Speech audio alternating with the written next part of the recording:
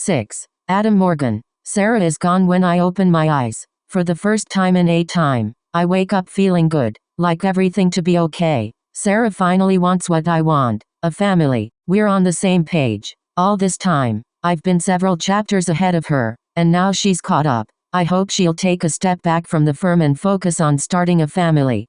I have a feeling what we did last night took, and in 9 months we'll be welcoming a baby Morgan to the world. This is what I was meant to be, a father. I slide out of bed and put on a pair of boxers, balled up beside the nightstand. With a bit of pep in my step, I brush my teeth, rearrange my bedhead, and throw a couple handfuls of water in my face. Today is going to be a good day. It's 11:30 a.m. and I slept in a bit longer than I intended, but it doesn't matter, because today is the first day of the rest of my life. As I go down the stairs, it hits me like a smack in the face. Kelly, shit. I shouldn't have done that. I shouldn't have written that note. I should have ended it last night. I run back up the stairs to retrieve my cell phone. Just as I grab it, the doorbell rings. I quickly put on a pair of pants and a t-shirt and slip my phone into my pocket. The doorbell rings again. Jesus Christ. I'm coming. There are several loud knocks. Hold on. I make my way down the hallway, down the stairs, and to the front door. I swing it open and find 2 men standing there in matching attire, tan Dikes uniforms, complete with utility belts and wide brim hats. The looks on their faces are similar, stern and frustrated, or is that disgust or discontent? I can't really tell. I rub my eyes. The one on the left, a tall white male, with a hard jaw and piercing green eyes, speaks first. I'm Sheriff Ryan Stevens. Are you Adam Morgan? He asks. I nod. The one on the right speaks next. An even taller black man with broad shoulders, and a visage that looks chiseled from stone. I'm Deputy Marcus Hudson. We need to ask you some questions about your whereabouts yesterday evening. What's this about? I grip the front door with one hand and exchange glances with both the sheriff and his deputy. There are 2 squad cars parked on the street. We just need you to answer a few questions for us. Sheriff Stevens reiterates with a little more sternness and impatience. I take a step back, still gripping the door. Well, what's going on? Confusion spreads across my face as I furrow my brow. I try to remain cool, calm and collected, but that's easier said than done when I have no idea why 2 members of law enforcement are suddenly at my door. Maybe this would be easier if we did this back at the station, Sheriff Stevens suggests to me. How would that be easier? What the fuck is going on? Is Sarah okay? Did something happen to her? My first thought goes to Sarah. Always. She's a high-profile lawyer with a number of enemies due to the nature of her job. She's had death threats in the past. She's been harassed. And once she was physically assaulted. I know she's been working on a big case, although I'm not sure of the details, because I never really asked her about it. I should have. Mr. Morgan, try and remain calm, Sheriff Stevens says. Fuck this. I'm calling my wife. I pull my phone from my pocket and try to throw the door closed. Sheriff Stevens stops it with his foot, and he and Deputy Hudson push inside. Get the hell out of my house. The 2 men in uniform charge forward and grab me. They throw both my arms behind my back. My cell phone drops to the floor just before I complete my call. I struggle. I know whenever you see people struggling against the cops, you always think as a spectator, what an idiot. Don't fight the police. You'll never win that battle. But when you find yourself in that situation, when you have no idea what's going on, whether the ones you love are okay, or why this is happening, you fight like hell. I throw Sheriff Stevens to the ground and get my arm free. The sheriff mumbles something like "you dick" under his breath and stands back up, charging at me. Deputy Hudson still has one of my hands behind my back. All right, I've had enough of this bullshit. Deputy Hudson brings his knee into my face. I drop instantly to the ground. Blood sprays from my nose into a puddle beneath me on the floor. Deputy Hudson drives his knee into my back, while the sheriff handcuffs me. You just had to do that, didn't you? Sheriff Stevens says with a chuckle and a look of disappointment. I miss getting a little dirty, Deputy Hudson says with a grin. I assume, as I can't see his face. Deputy Hudson stands up, brushing himself off. They pull me to my knees. Are you ready to come down to the station now, you piece of shit? I spit blood at his feet. Fuck you, you're gonna regret that. I glare at him. I doubt that, he says. Now, you have the right to remain silent. 2 hours later I find myself alone in a small interrogation room with a stale cup of coffee on the table in front of me. A large one-way mirror is on the wall to my left. I drop my head into my hands. My foot taps the floor with fervor as my patience has worn thin. I want my phone call. I scream within the empty room. I want my fucking phone call. The door opens, and Sheriff Stevens and Deputy Hudson enter carrying styrofoam cups of coffee. Sheriff Stevens sets a bottle of water in front of me. Thirsty? Up the empty bottle. I pick up the water, chug it, and crunch. I toss it into a trash can by the door. They take their time settling into their chairs across from me. They give each other a glance as they casually sip their coffee. They're trying to look calm, but their clenched jaws and strained eyes give away the fact that they're pissed off. I want my phone call.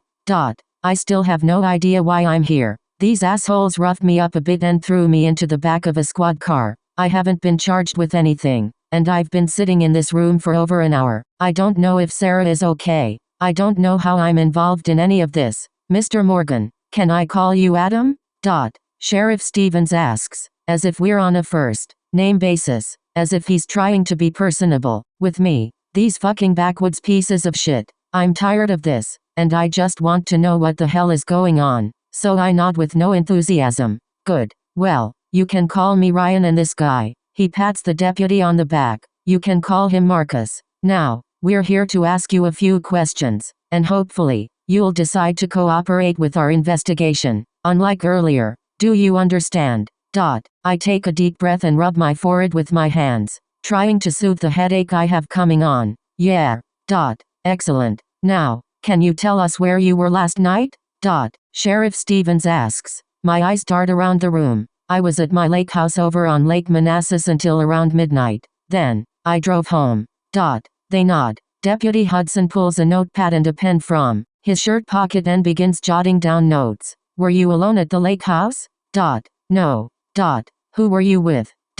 What's this got to do with anything? I want my lawyer right now. I'm not answering anything else until I know what's going on and why the hell I'm here. I stand up, kicking back my chair and shaking the table. The cups of coffee spill and 2 other deputies immediately charge into the interrogation room, restraining me. Deputy Hudson stands quickly, flinging his chair back. He charges at me, grabbing me by the neck. His eyes bulge, and his lips purse as he comes within 2 inches of my face. Listen up, you little shit. Kelly Summers was stabbed to death in your bed. Perhaps you want to start telling us what really happened, because, with the amount of evidence stacked against you, your days are fucking numbered. He pushes me against the wall as Sheriff Stevens pulls him off, telling him to cool it. I'm not going to fucking cool it. Kelly was a good girl. She was family, and this white-collar piece of shit comes into our town and kills her. Fuck this guy. Deputy Hudson spits. Drops of sweat accumulate at his hairline. What are you talking about? Kelly? She was fine when I left. I sputter, choking on my own words. How did this happen? I collapse. The room spins and spins. The deputies let me fall to the ground as they take a step back. Who would hurt Kelly? The text messages from her husband. I recall them, each more menacing than the last and full of threats. It had to have been him. Her husband. It had to have been her husband. Check her phone. Check her texts. I plead, trying to put all the pieces together. Trying to make sense of it. Don't you fucking talk about her husband. Deputy Hudson points his finger right in my face. Sheriff Stevens pushes him away from me. He turns back toward me. We're looking at all angles, but like the deputy eloquently said, this isn't looking good for you. I would never hurt Kelly. I couldn't. I loved her. I drop my head into my hands. That's great, Sheriff Stevens says with a hint of sarcasm.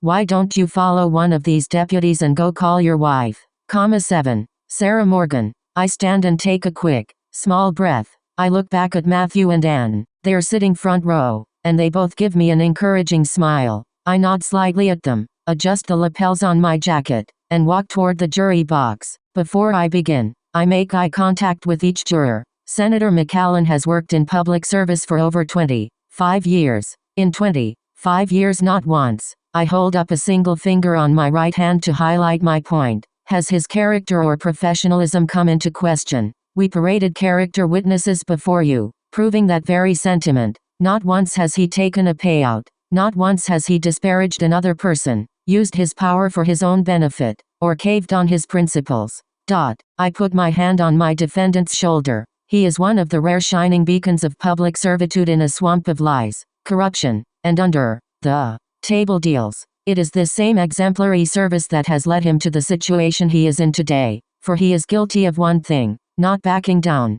I pass him a quick reassuring look and walk back to the jury box. Senator McAllen is now leading the Committee on Renewable Energy, an effort praised by both pundits and the American people, but not by, you guessed it, Big Oil. I point to the two men on the public benches wearing beautiful bespoke suits, topped off by garish but equally expensive jeweled bolo ties. I pass through the swinging door between the prosecution and defendant tables and stand in the aisle next to them.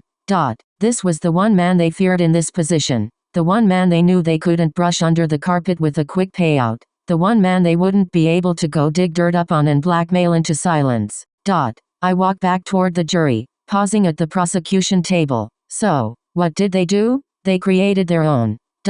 I delicately point to the lead witness, the woman who this all started from. This part I'll need to be careful with. We should not be mad at this woman for her false accusations. We should not be mad at this woman for trying to drag Senator McAllen down into the mud. I pass her a sympathizing look, trying to convey that I truly mean this part, because she is just a pawn in the game, not the puppet master. We have proven her ties to high-ranking employees at Petro Next. We found the secret wire transfers to her brand new bank account. And, ladies and gentlemen of the jury, if this isn't just a good old-fashioned payout for a smear play, then I don't know what is. We sympathize with her. Truly we do. But you should also see this for what it is. Fake. Pure fiction. False accusations trumped up in desperation to bring down the one man they didn't know how to bribe and twist the way they wanted. My client is guilty of many things. Fighting for the American people. Staying true to his word. Being a man of noble character. But raping this young woman? For that, he is unequivocally not guilty. And I urge you to find him as such. Thank you. 8. Adam Morgan. Sheriff Stevens escorts me to a payphone hung on the wall, in the center of a long corridor. Deputy Hudson is only a few steps behind the sheriff, watching my every move. Make it quick, Sheriff Stevens commands as he stops in the doorway. I pick up the phone and hold it to my ear, closing my eyes for a moment and taking a deep breath. How can I tell her what's happened? How could I have done this to her? I open my eyes and dial Sarah's cell phone number. The phone rings and then her voice is there, but it's her voicemail. I consider leaving a message but decide I can't. Tell her I cheated on her and I'm now a suspect for my mistress's murder over voicemail. I turn my back toward Sheriff Stevens and Deputy Hudson. They're chatting while keeping an eye on me. Hurry up, Mr. Morgan, Deputy Hudson says. I wave my hand at him dismissively. I redial Sarah. She doesn't pick up. Damn it. I pull the receiver hook down, and this time I dial a different number. Hello, Eleanor says with apprehension. Mom, I'm in trouble. I need your help. 9. Sarah Morgan. I take a sip of my Bollinger champagne, which I seriously earned after that case. For nearly a year, I worked nights and weekends and traveled back and forth to Texas. Ann is nibbling at naan bread, and Matthew is happily drinking his vodka martini. I must say, Sarah, I am impressed. I have not seen you in action since mock trials at Yale. Matthew holds up his glass to Sarah's sharp tongue. Ann and I hold up our champagne flutes. We all clink and drink. Watching her in action is literally my favorite part of the job. It's like watching the climax of a Law and Order episode. Ann says with a laugh and a hiccup. She doesn't drink much, so 1 or 2 glasses usually gets her going. She pats the corners of her mouth with a napkin and goes back to eating her bread to soak up some of the excess alcohol. But are you really going to go through with the knack and give up the thrill of law? Matthew scrunches his eyes while taking a bite of rice. I'm not going to give up law. I can do both. I raise an eyebrow to him. You sure about that? His eyebrow matches mine. Yes. I drink the rest of my champagne and refill my glass. He lets out a huff. Fine. It appears I'll be Uncle Matthew after all. Someone is going to need to teach that fetus to be fabulous. He brings his vodka martini to his lips. Should I order shots to celebrate? You're bad, Ann teases. Oh, he's. My phone rings interrupting me. I pull it out, and on the screen, in all caps, it says Eleanor. Immediately, There's a lump in the back of my throat, and I swallow hard to force it down. I don't want to deal with her now, and I almost don't answer it, but something in my gut urges me to take the call. Sarah Morgan, I say in an overly professional tone in an attempt to convey my importance to her. Sarah, Adam's been trying to call you. Why didn't you answer my son's calls? There is irritation and frustration in Eleanor's voice. What else is new? I was in court. Oh yes, I forgot you worked. I roll my eyes. What do you mean you forgot? Adam hasn't written a book in 4 years. Who do you think? I decide to not even finish the sentences, there's no point. She has always hated the fact that I work. I've never been sure if it's resentment or her credence in traditional and outdated gender roles. It's neither here nor there. Adam needs you. He's at the Prince William County Sheriff's Station. Anne mouths. Are you okay? I nod. Matthew sips at a fresh martini the waitress just delivered. Wait, what? In Virginia? What happened? Is he okay? My thoughts blend into one another as if they had just been thrown into a Vitamix. I'm not sure, but it's serious, and you need to get there. I'm trying to catch a flight tonight or tomorrow. Anne sets her fork down, listening intently. Matthew leans in closer. Okay, I'll go right now. My voice becomes panicked. The phone line cuts out. I freeze, not knowing what to do. What could have happened? I just saw him this morning, but in my experience, everything can change in a moment. Sarah, what's going on? Anne asks, pulling me from my frozen state. That was Adam's mom. He needs me. I have to go. I stand up, putting my black suit jacket on. I'll come with you. Matthew stands. I nod, but I'm on autopilot. I don't know what I'm doing. I'm just doing it. I slip my phone into my Hermes tote bag. Before I take off, I place $300 bills on the table for lunch. I can get this. Anne tries to hand me back the money. No, just finish up and go back to the office. I'm sure it's nothing. I'm sure everything's fine, and I'll be back in a couple of hours. In my gut, I know it's not okay. Things may never be the same again. Okay, I'll cancel your meetings for the day, and please don't worry about anything at the office. Just take care of whatever is going on and keep me updated. I bite my lip and nod. Matthew and I rush out of the restaurant. It's an hour later that I find myself face to face with a man by the name of Sheriff Ryan Stevens. He matches the rough description of millions of men on this planet. Sandy brown hair kept high and tied in typical ex-military turned police fashion adorns his head, sitting just north of his intense green eyes. These eyes have seen a lifetime of experience already and show as much fatigue as the rest of his face. The detail that I notice the most, though, is how he carries himself. This is a man in charge. This is a man who cares about his work, and this is a man not to be crossed. Despite the lethargy and years of abuse to his body by his line of work, his spirit is matched by none, even deputies half his age. I'm seated across from him in a small, disorganized office. Matthew is waiting for me in reception. I wanted him in here with me, but not until I knew what was going on. I still am unclear, and I have yet to see Adam. But I've been assured that he is all right and that I will be able to speak with him after I've talked to the sheriff regarding the incident my husband was involved in. Says Mrs. Morgan, thank you for your patience. Sheriff Stevens, Sarah is fine. Ryan is fine as well. There's a bit of snark in his voice, but there's kindness in his eyes. Whether that kindness is for me or not, I don't know. What is going on? I cross one leg over the other, leaning back in my chair. I need to ask you a few questions before you see Adam. Okay. Was Adam with you last night? I take a moment to think of the night before. I came home late from going out with Anne, but Adam came home later than me. He said he had been at the lake house riding, which is the norm. He goes there to ride frequently and stays there for days at a time. It was one of the main reasons we had gotten the lake house. He was having trouble for the longest time putting words on paper, and when he came to me with the idea of buying a vacation home close enough for him to work at, but far enough out of the city for us to vacation to, I was on board right away. It was the perfect solution. Although I've rarely been there, Anne spent more time there than I have. She spent a week there this past summer as a part of her Christmas bonus. 1 week paid time off at my lake house. It was nice she had the opportunity to use it for what we had intended it for, vacation. Work kept me too busy to take frequent weekend trips, but it turned Adam's riding around. He's been churning out pages like never before. Yes, at some point, I finally land on.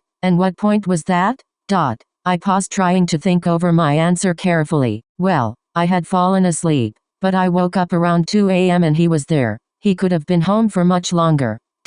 Sheriff Stevens nods and jots down a few words on a pad of paper in front of him. He glances up at me and then writes down a couple more words. He chews on the end of his pen and glances at me again, this time, running his eyes over my body. And that's at your home in D.C., correct? Yes. What happened after he got home? We talked. I let out a small cough. And we had sex. I know something terrible has happened. This is an interrogation, and there's no sense in holding any information back. Adam couldn't have done anything wrong, so honesty is the only thing that is going to make this all go away. Whatever this is that usual for you too? A husband and a wife having sex. Sheriff Stevens. No, you and Adam, what does this have to do with anything? I'm irritated, and I'm done playing games with this small-minded sheriff. I tear apart men like him every day. I may be here as Adam's wife, but I am a defense attorney. The sheriff taps his pen against the desk. He's waiting for me to speak as he has no intention of answering my question. He's trying to get an understanding of Adam's and my relationship. But why? What could he think Adam has done? Sure, we don't have the perfect marriage. But who does? And why is it any of his business? We're trying for a baby. I say, not actually answering his question, but stepping it. If he doesn't answer my questions, I won't answer his. Congratulations. There's a hint of sarcasm in his voice. Are we done? No, Mrs. Morgan. Do you know a Kelly Summers? No. I let out a deep breath. Maybe she's our cleaning lady? No, that's not her name. I shake my head, adding to my resounding no. He nods and underlines something on his notepad. He selects a file folder from a stack of papers and pulls out an 8x10 photo, placing it in front of me. It's a picture of a beautiful girl with long brown hair and sparkling blue eyes. She's smiling. She's younger, probably late 20s. She is a stark contrast to Sheriff Stevens, where he is serious, worn down, on a mission. She is carefree, letting life take her as it wants. This is Kelly Summers. Are you sure you don't know her? I pull the photo a little closer and lean in, really taking it in. Her beauty is truly captivating. Her freckles spread lightly along her nose. Her lips are full, and her cheekbones are prominent. I don't know her. I push the photo back toward him. He nods, taking the picture and putting it back in the folder. Are you and Adam having marital problems? He taps his fingers on the desk. You know what, Sheriff Stevens? This is getting ridiculous. I don't know what Adam and I have to do with this Kelly woman, and I've had enough. I want to see my husband right now. I'm half standing when Sheriff Stevens slams his hand on the desk. Sit down. Or what? You'll arrest me? Take me to my husband. I stare him down. Although he is large, he is so small to me. He flips open the folder and throws a dozen crime scene photos on the desk. Right away, I notice that they've all been taken in our lake house. A woman is lying in our bed, covered in blood. Her eyes are expressionless. Her torso and chest are mutilated, skin gouged and scraped. I drop my purse, and my hands immediately cover my mouth as I let out a gasp and a whimper. I drop to the side of the desk, regurgitating a bit of my lunch into my mouth. The acid burns as I try to force it back down, but this only makes my eyes well up with tears even more. And then it hits me. Now I know why I'm here. I feel a pat on my back. It's Sheriff Stevens. He's trying to calm me down. I'm sorry.